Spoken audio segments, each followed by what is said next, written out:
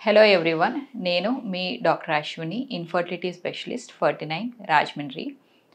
So మాకు ఓపీడీలో వచ్చే పేషెంట్స్కి సింపుల్ అలాగే చిన్న చిన్న డౌట్సే, కానీ దానికి కూడా కొంత సిగ్నిఫికెన్స్ ఉందండి. అందులో ఒక మేజర్ డౌట్ ఏంటంటే పేషెంట్స్కనే కాదు, ఇన్ జనరల్ పాపులేషన్ కూడా. సో వేడి అనేది ప్రభావం మన ఇన్ఫర్టిలిటీ మీద ఏమన్నా ఉంటుందా?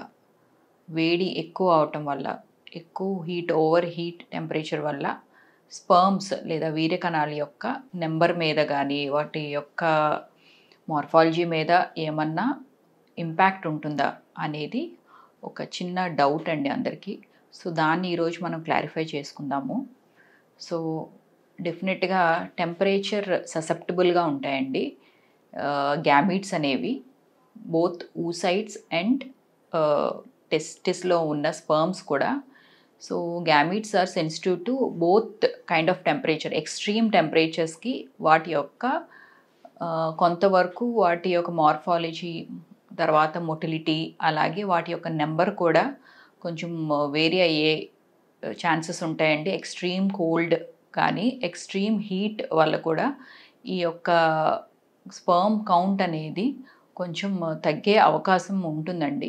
సో దాన్ని టెంపరేచర్ ఇంపాక్ట్ అనేది ఎందుకు అని ఉంటుందంటే, సో మనం దేనివల్ల రావచ్చు అంటే, వాళ్ళు వేసుకునే క్లోతింగ్ బట్టి ఎక్సెసివ్గా హీట్ ప్రదేశాల్లో ఏంటంటే ఓవర్ కాటన్ దుస్తులు కాకుండా జీన్స్ వాడటం వల్ల ఏమవుతుందంటే, వాళ్ళకి టెంపరేచర్స్ ఆల్రెడీ ఎక్కువ ఉంటాయి క్లైమేట్లో.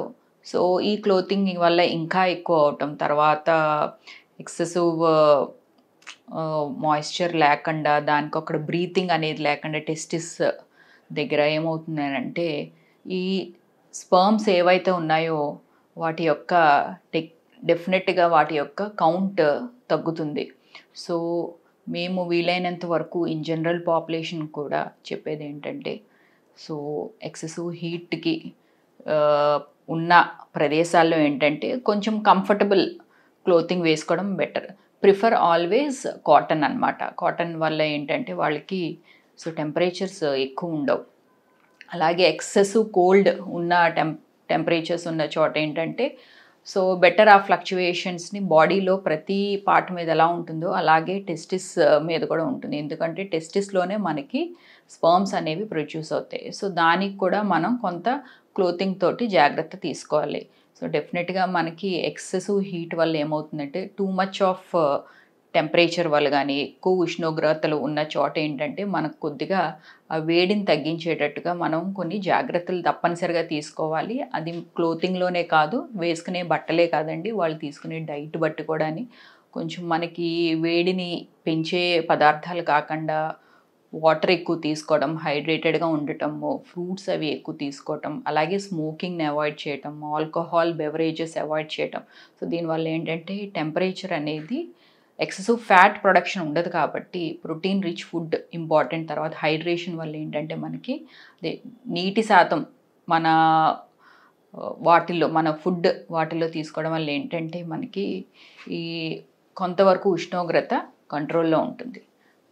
సో ఇలా చిన్న చిన్న టిప్స్ పాటించాలి. అలాగే ఒకే చోట ఎక్కువ హీట్ ప్రొడ్యూస్ అవుతున్న చోట్ల వర్క్ చేసే వాళ్ళకి కూడా ఏంటంటే కొంతవరకు ఆ హీట్ని పూర్తిగా వాళ్ళు ఆ పని చేసే చోట నుంచి వాళ్ళు పూర్తిగా బయటికి అనేది మానేయలేరు కాబట్టి కొంతవరకు వర్క్ చేయడం, తర్వాత చిన్న హాఫ్ అన్ అవర్ బ్రేక్ తీసుకోవడం, మళ్ళీ వర్క్ చేయడం, హాఫ్ అన్ అవర్ బ్రేక్ చేస్తాం. ఇలాంటి టెంపరేచర్స్ ఎక్కువ ఉన్న చోట్ల ఏంటంటే కోల్ మైన్స్లో కానీ, తర్వాత ఏంటంటే కొన్ని ఇండస్ట్రీస్లో కానీ, సో ఏమవుతుందంటే ఎక్సెసివ్ హీట్ ఉన్న చోట డెఫినెట్గా వాళ్ళు వర్క్ చేయాల్సి ఉంటుంది. సో అలాంటి చోట వర్క్ చేసినప్పుడు వాళ్ళని వర్క్ని అనేది వదలాల్సిన అవసరం లేదు, కానీ పూర్తిగా కంటిన్యూస్గా at a stretch 8 hours 9 hours ఒకే చోట ఉండకుండా మధ్య మధ్యలో షార్ట్ బ్రేక్స్ తీసుకోవడం బెటర్. అలాగే అలాంటి చోట వర్క్ చేస్తున్నప్పుడు కూడా కొంతవరకు మిమ్మల్ని ప్రొటెక్ట్ చేసుకోవాలి. అలాగే ఎక్కువ ఏంటంటే కవర్ చేసుకుని ఉండాలి కాబట్టి మ్యాక్సిమం మీరు వాడే వస్తువులు కూడా కాటన్వి, బ్రీత్ ఈజీ టైప్ మీరు క్లోతింగ్ వాడటం వల్ల ఏంటంటే టెంపరేచర్ అనేది ఎక్కువ ప్రొడ్యూస్ అవ్వకుండా స్పర్మ్స్ మీద డ్యామేజ్ అనేది ఉండదు.